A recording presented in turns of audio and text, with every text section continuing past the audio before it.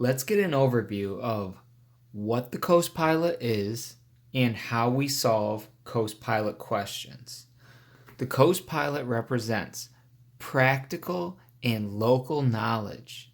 So, an example, if you were pulling into a port that you'd never been to, you could look up that port in the Coast Pilot, in the index, and then come and you read about that port and you get practical and local knowledge that will help you safely enter that port.